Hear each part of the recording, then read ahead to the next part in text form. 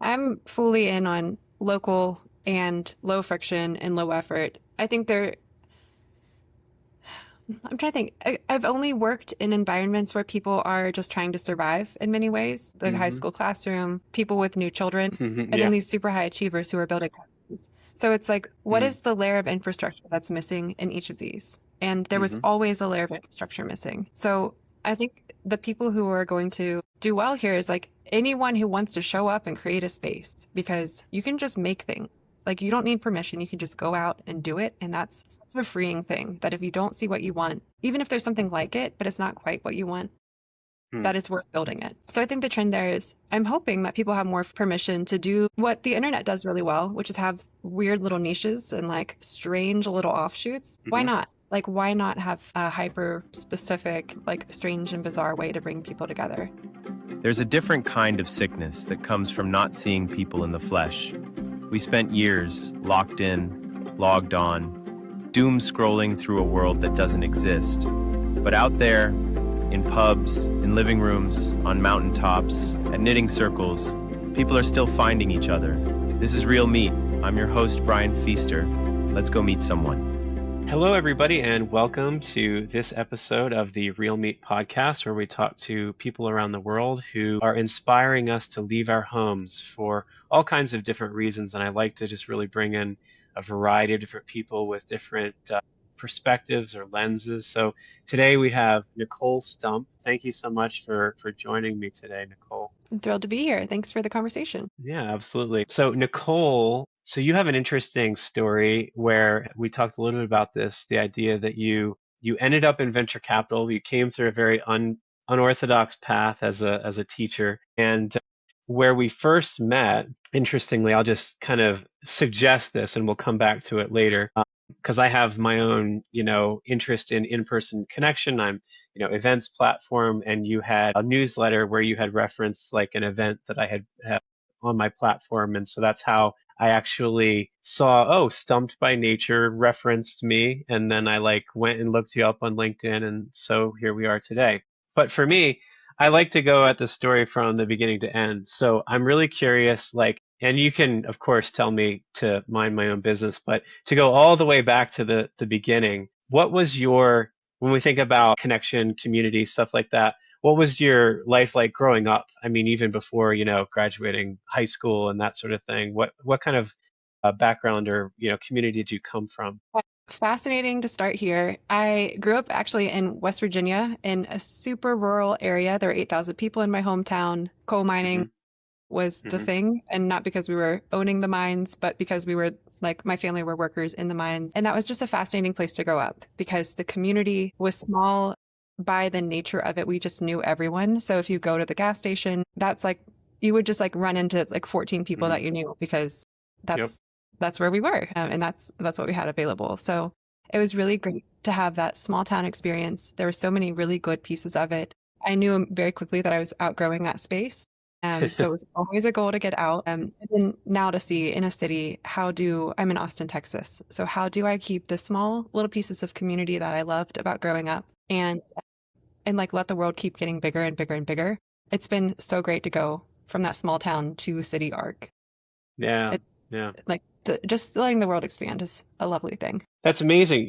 I have another podcast guest who is a former congressman, and his wife is a current congressman for the state of New Mexico, where I live.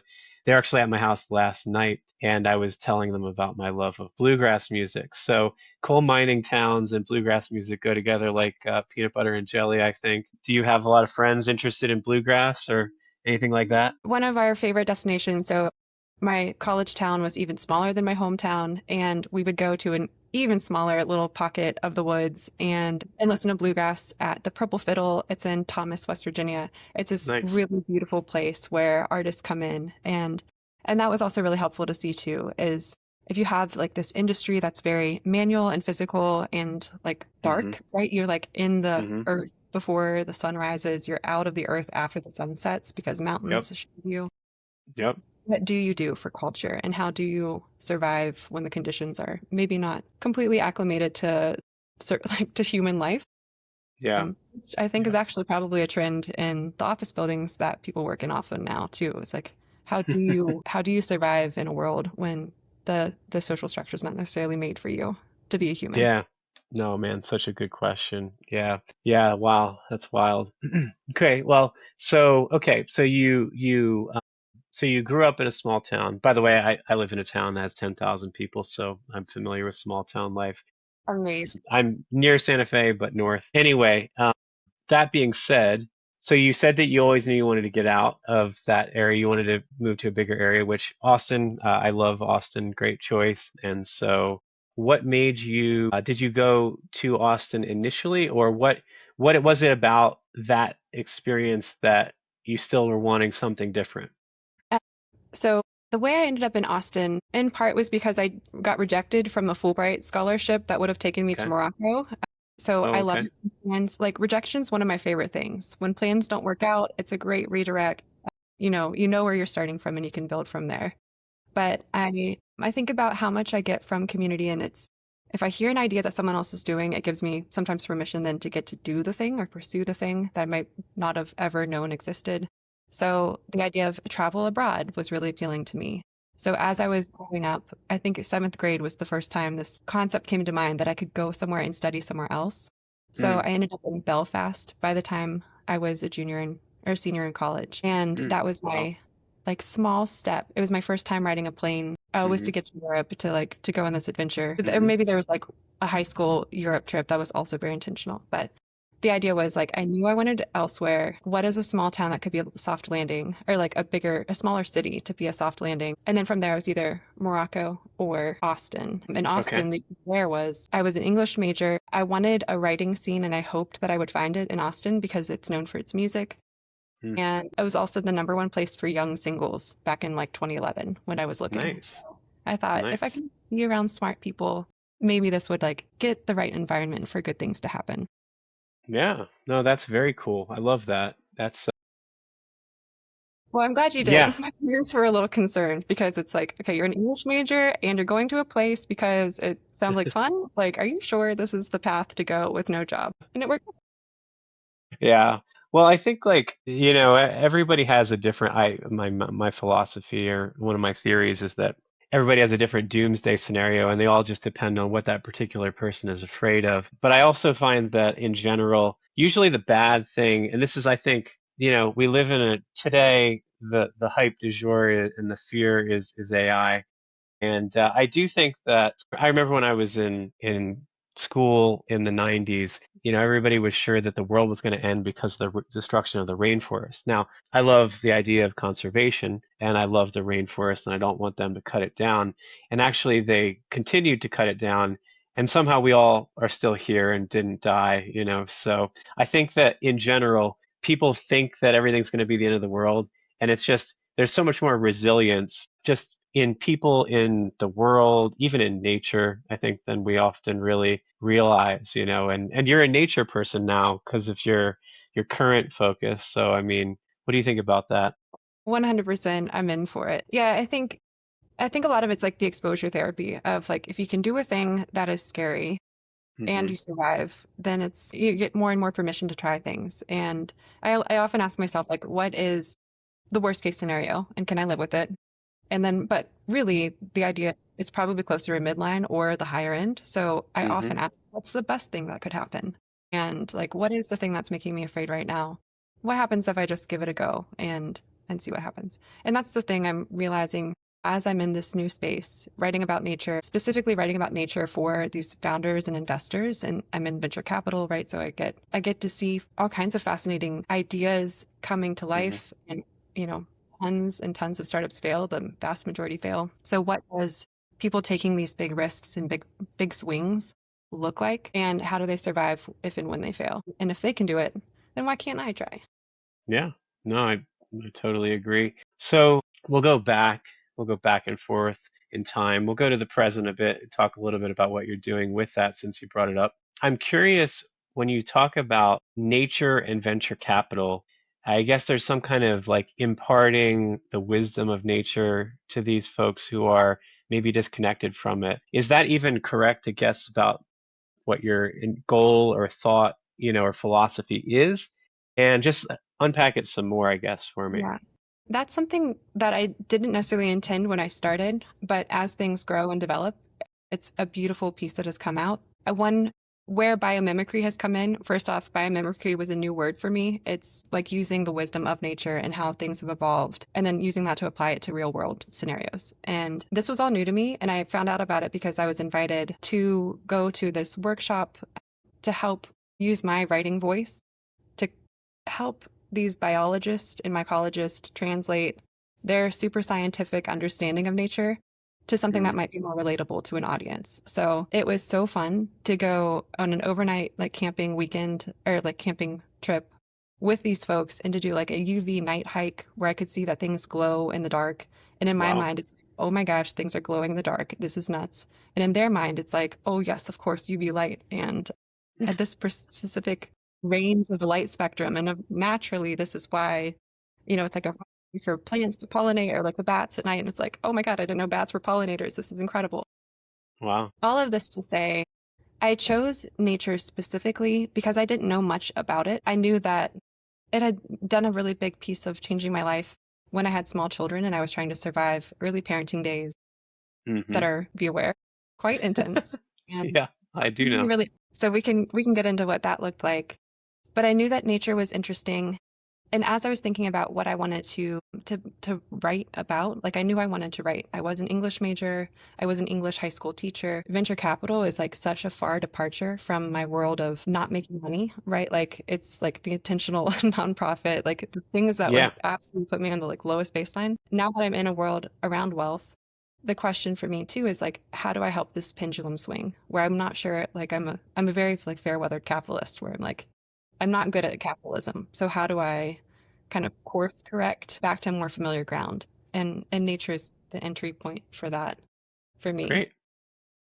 That's super interesting. Wow. Okay. So, so you came at it from. So for me, so I went through a period where I closed a 20-year chapter of my life that was a really big, really big change for me, and that was a traumatic chapter in my life. And I moved from the East Coast, near kind of near Philadelphia, out to where I live now in New Mexico. And nature played a really big role in my healing journey. So I know the feeling of how powerful it is to connect with nature. Yeah. So tell me a little bit about stories of these folks who are in this industry, and you're talking about ways to sort of help them ground in a way, is sort of what you're talking about a little bit. Correct Mhm. me if I'm guessing wrong here. But that said, is there any anecdotal like stories of how that has impacted the people anonymously, of course, who you've worked with or been joined your group or whatever?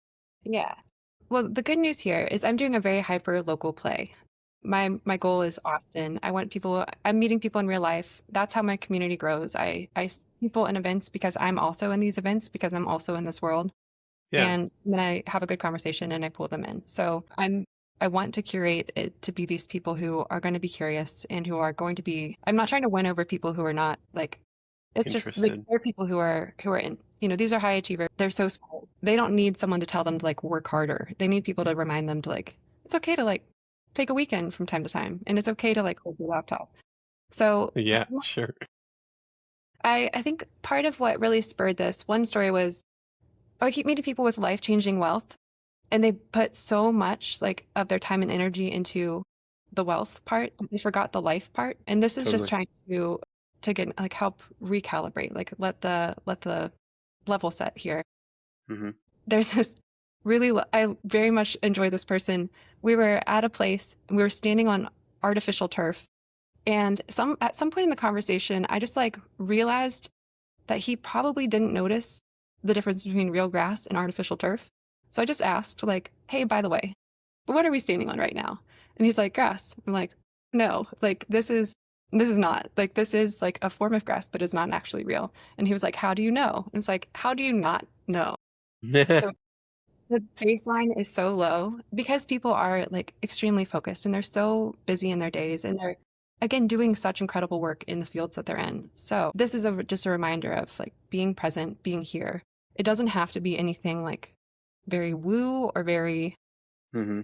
anything. It's just like, how can you open your eyes and be curious about the world around you? Another I story. I did encounter some convincing AstroTurf at the dentist the other day, I have to say. It is getting But quite good. It is. I gotta get, and this was quite good AstroTurf we were standing on in his full defense. yeah, yeah, that's hilarious. But Yeah, no, but I totally get it, and I agree, and I think that I mean, I was saying to a friend of mine like last night before, I feel like sometimes I'm like, am I becoming a robot?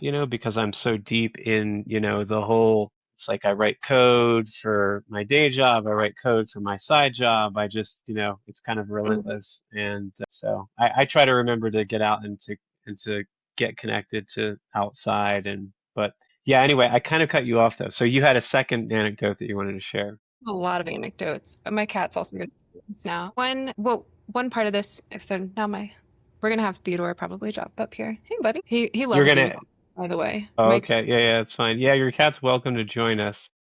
What I've found is And that humans try to avoid Zoom calls, but this cat is like hasn't oh, okay. fun somehow, He and loves he's he loves fully it. on board. Yes. Okay, nice.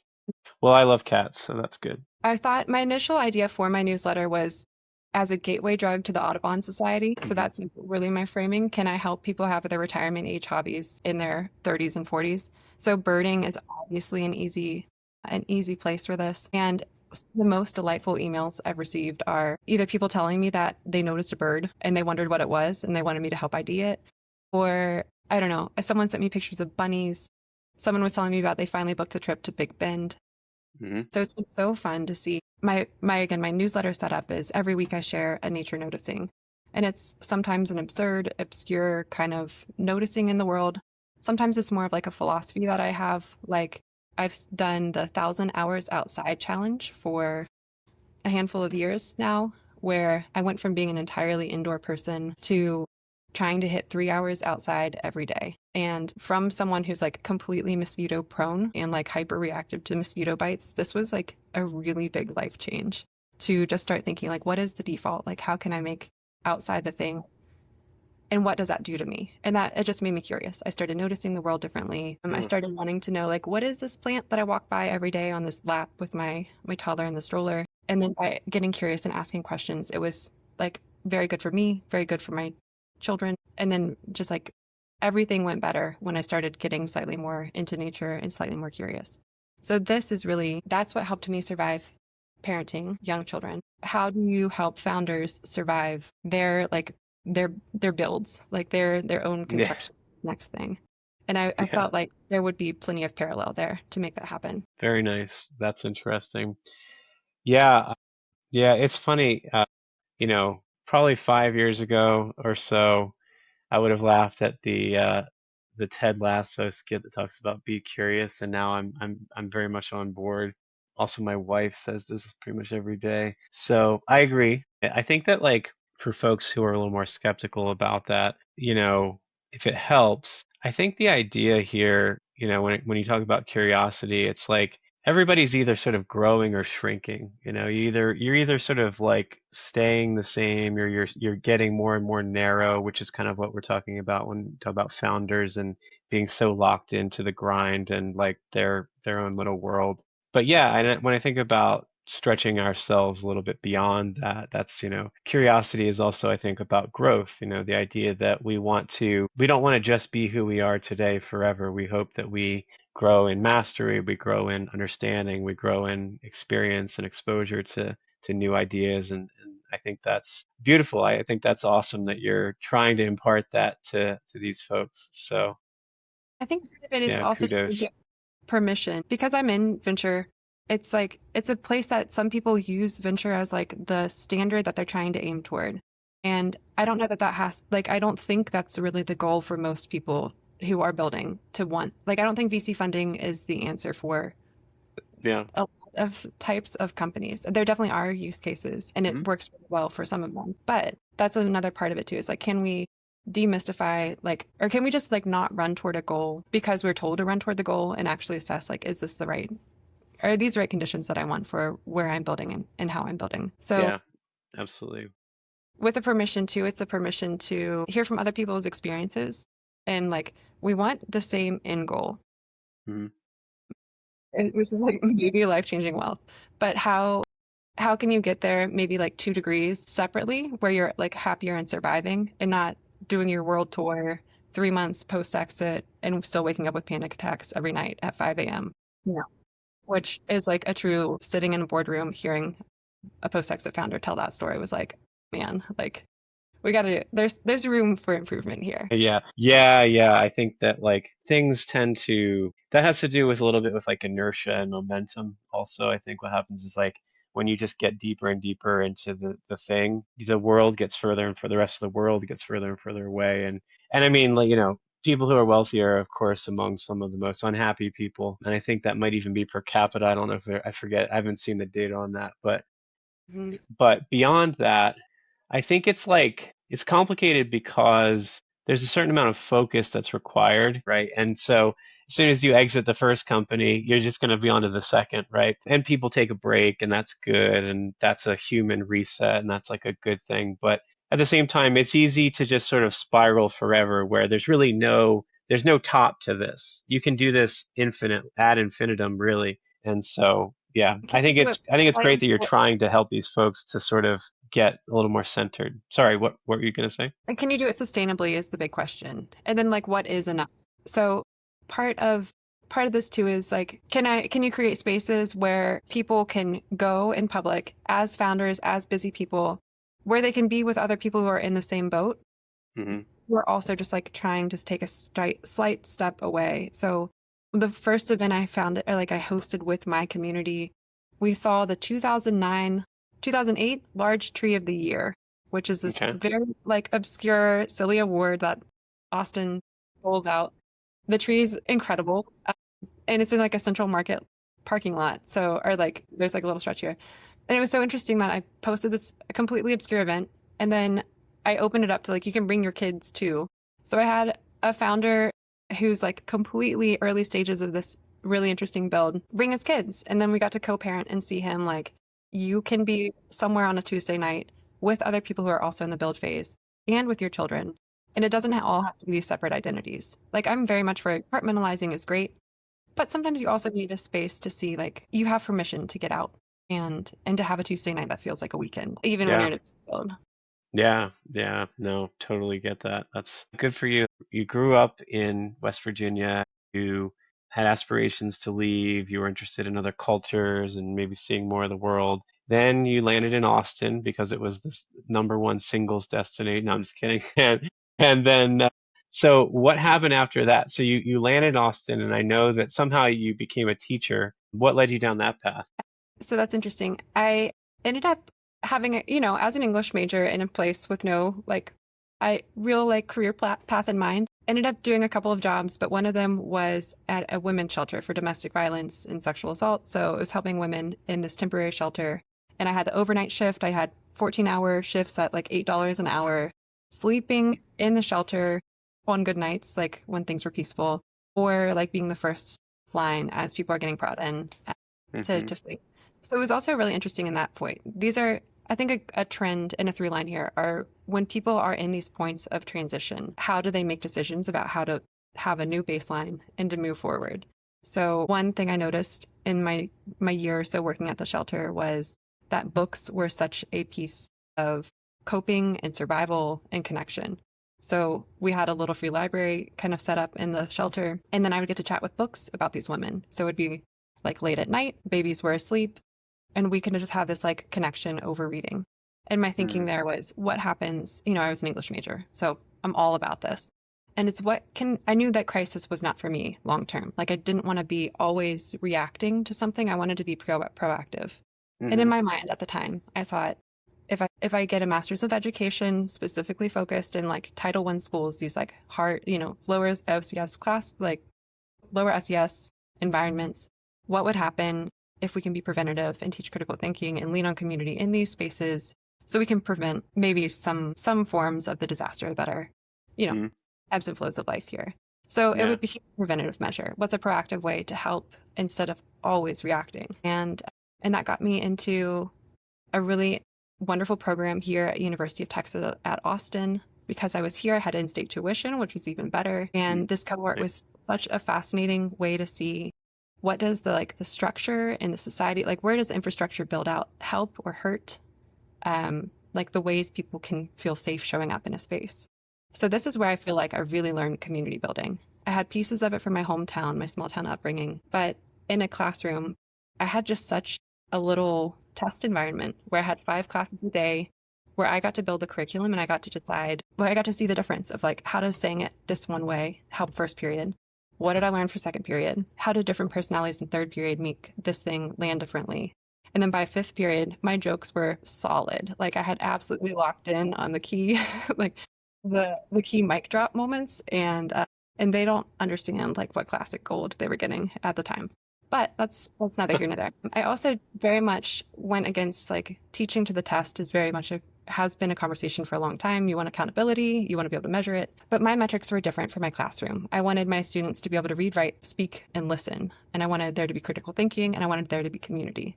So my goal in this huge school, there were like 4,000 students in the high school where I taught. So half of my small town in one building every day. And how could I, in that environment, bring that kind of small town vibe? So I started every class with every person saying their name and how they're feeling that day, just kind of as this, like, we're all in the space together.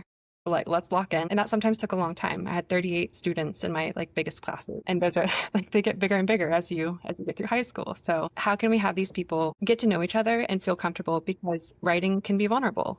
Reading, and especially if you have difficulties reading, can be vulnerable. Speaking up, having critical thinking.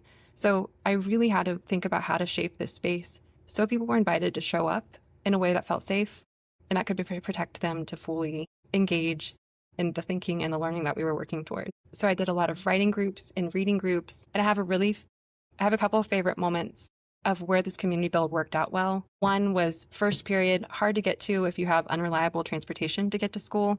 So we were in a book club unit. The students had chosen a book. And the way that group had chosen to run it is they each took turns reading like a couple of paragraphs, and then they'd popcorn over to the next person and they would read this book out loud together, and they had this experience. And that was important because at 9th grade, people would enter and have never read a full book before. And it's like, oh no, like that stops here. We will find a book that works for you, and you can do it in community and you can have fun along the way. So I had a student who did not make it into class very normally, but his book club was like, no, you're reading this book with us. You're in our group. You're in it. So they called him, FaceTimed with him. He's in bed. It's dark. And they're like, no, it's your turn to read. Like, can you see it? And then I hear his voice coming through the speaker where he's reading aloud to his group from the comfort of his bed. And the truancy officers, like, it's like, he showed up for English today. And so virtual attendance. Wow, that is funny. I like the part that's funny too, but I also like the part about the 38 students all saying how they feel today. Funny. I loved it.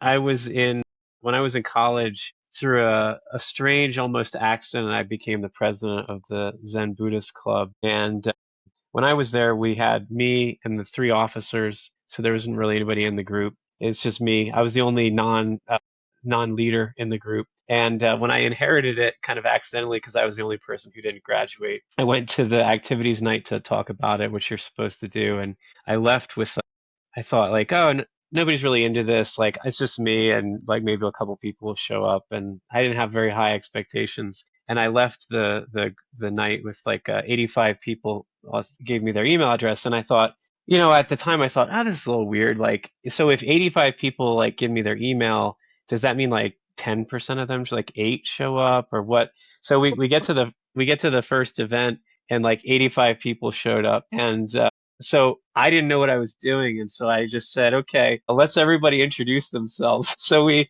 had 85 people. I have no idea how long it took. I can't remember if I must have found a way to cut it short. Eventually realized what trouble I had gotten myself into, but also we didn't do it like every time like you did. So but anyway, no, I love that. That's a great. How long did it take on average to have 38 students tell you how they were doing today?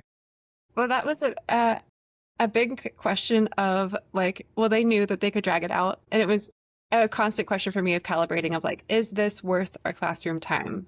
But then I don't know, I thought about it and I talked to some like mentor teachers I had, and it was like, these children maybe don't hear their name said aloud and they might not have anyone asking them how they are. So for Yeah. this moment, even if it's like absolutely driving me crazy in the way that, that teenagers can do, I still felt like it was almost always worth our time to go through. And part of that too was me sense checking in the room, like different students who had been absent for a while. It was like, I don't think you're saying necessarily how you're feeling, but it was a way for me to clock and for me to like lock eyes and be like, oh, I'm on, like, I can't wait for your notebook and hear how things are really going. But a good Yeah, way to yeah, like, yeah. no, I see you, you're here, I'm glad you're here. And like, I don't know, just like that sense too. It's a huge place. So how do you not get lost in this huge world that they're in? Yeah, yeah, it's interesting. It's an interesting expression too of community, school. I don't think about school because I think about community as being voluntary. So there's a little lost there in the like technical community category only because not voluntary.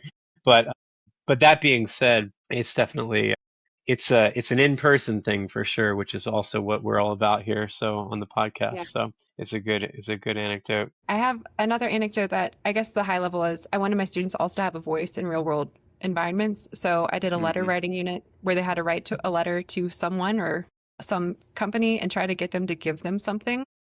I always do this in January because the semester was so long. And the idea was we're going to absolutely need some novelty and excitement sometime in like March and April when the testing season gets really heavy. So Hmm. that became like an absolute delight because we never knew what was going to come. It was surprising for each of us. It was fascinating to see what people were asking for and what companies would send.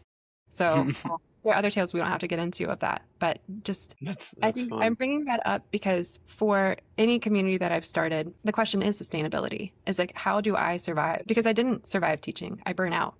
I Mm, like when I had a child, I was like, nope, I can't do this anymore. I can have 170 students or I can have one child.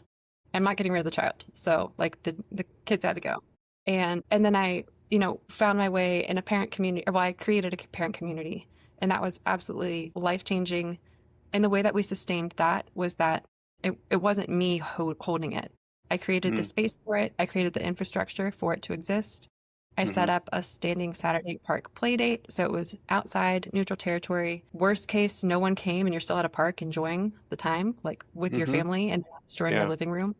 No. Best case, there are other families in the neighborhood who you're getting to know. And I'm taking that same kind of idea of sustainability too with this founder community build. If I am not the one, I always want to teach myself out of a job. My job is never to be the center. My job is to build out infrastructure and let that space become like a curated version of what we want it to be. That's where like I don't take coffee chats anymore. I take coffee walks. Like we can meet at a coffee shop if we're going to walk around Town Lake in Austin.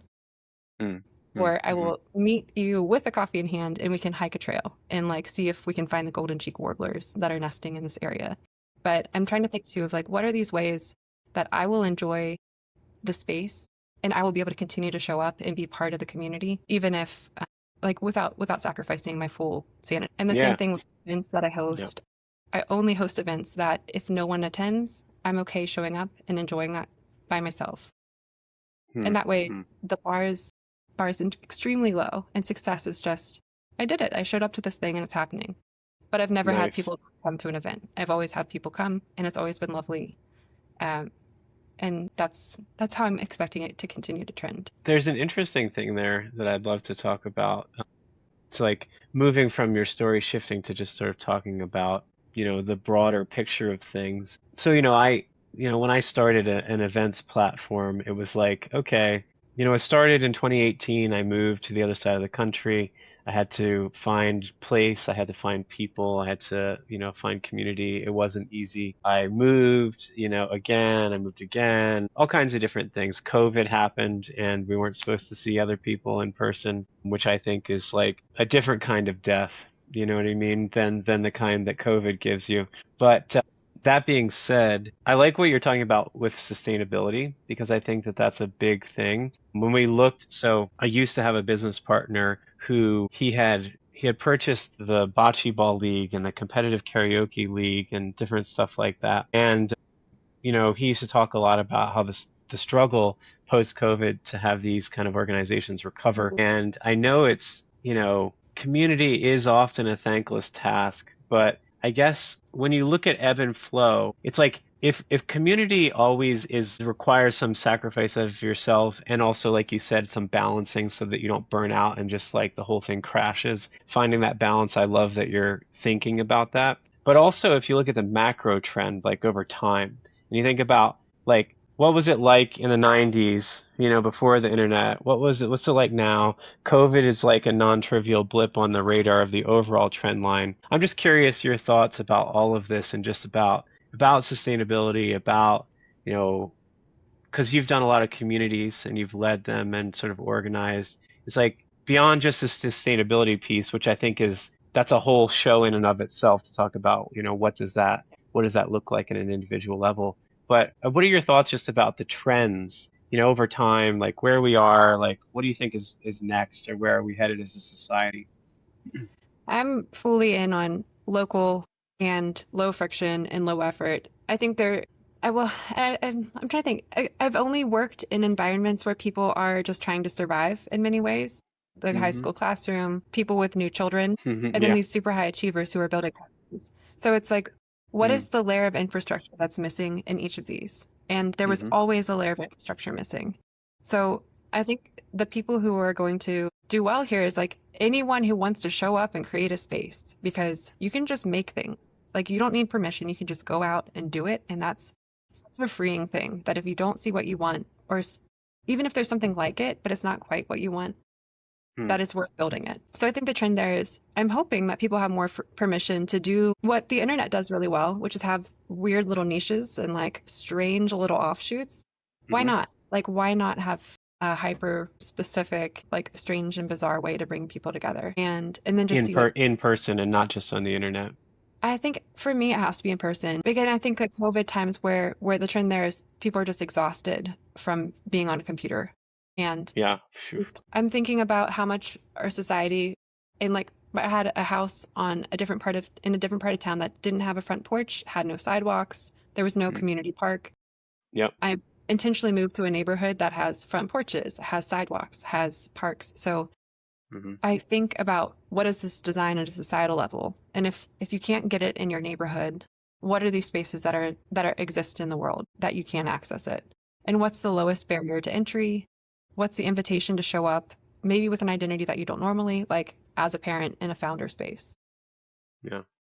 and then Mm. and just like letting it. I think too, just like letting it evolve, not having a defined path of like it must be this thing. And I think endings are good too. It's okay if something ends. Hmm. I'm not afraid of endings.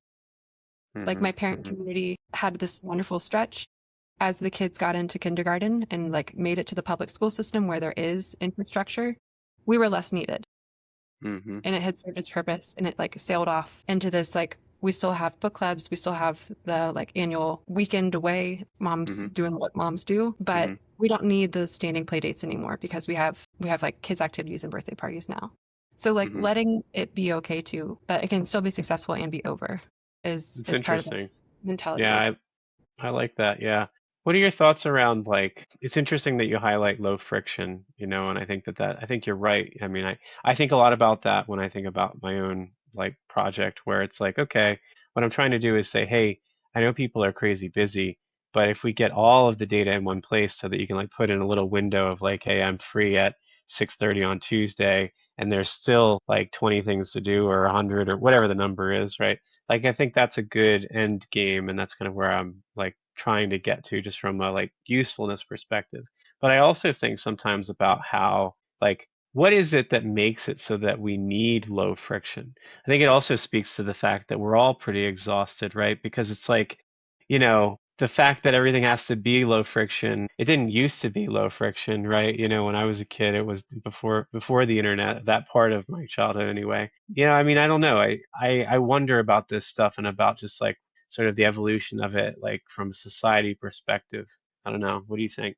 I think it's fascinating. I was invited to this absolutely beautiful curated dinner party, and I loved how every detail was so thoughtful. It was absolutely this lovely display, and I was so grateful to be invited. I feel the same way when I'm invited to kids' birthday parties that are these full, beautiful, extravagant events. because it's like such a gift that people can share in that way and that they want Hmm. to and that they curate the space. Yep. And I think that just depends on who the community builder is and if they can sustain it. But again, it's also is like, is it a one-off event or is it something that you're trying to build regularly? And again, I think a community that's successful is one that continues to meet. So Hmm. if that just means it's no frills, but you do continue to meet, then that hits the goal for me. So my Yeah. metrics are again slightly different. And what is the purpose of it? I had a book club from my neighborhood parent group that no one was reading the book, and that's okay. I had a different book club that was like the intellectual need there.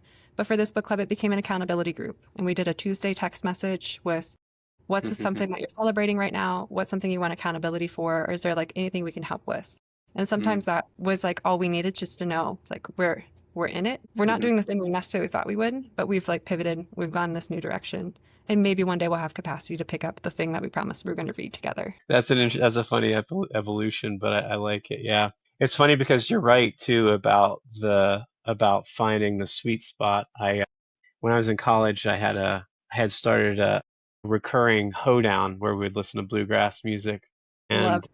and the the funny part was it started off. I lived in the ghetto at the time. I say that not lightly. There was a lot of violence, and it was definitely the ghetto. It was a rough area. Most people were coming off of drugs and halfway house and stuff like that. But when I moved, it got a lot better in terms of just like being a little more conducive, the space felt safer, so more people came. Mm, But when we first started, we met every week, and it actually devalued it because it turned out that it was too often, right? It wasn't special. So I changed it to be the first Saturday of every month. And when I did that, it really changed it. It really found the groove, like you're saying, of mhm. kind of like finding the right fit, that kind of not too hot, not too cold, sort of Goldilocks fit. And so, yeah, it turned into a huge thing. Like we almost leveled the house because everybody was dancing so hard it almost took the house down. And so it was a good time. But yeah, you reminded me of that when you're talking about like the dials or the knobs that you want to tune about like what is right for that group of people and all that sort of thing. So I agree. It's Yeah. making me think. There's this really great community in town called ATX Writing Club, and it's one that I've loved being a member of. It's helped give me some structure and shape and accountability, and then like other creatives who are doing the work of writing. This is what I wanted to find in 2011 and didn't Nice.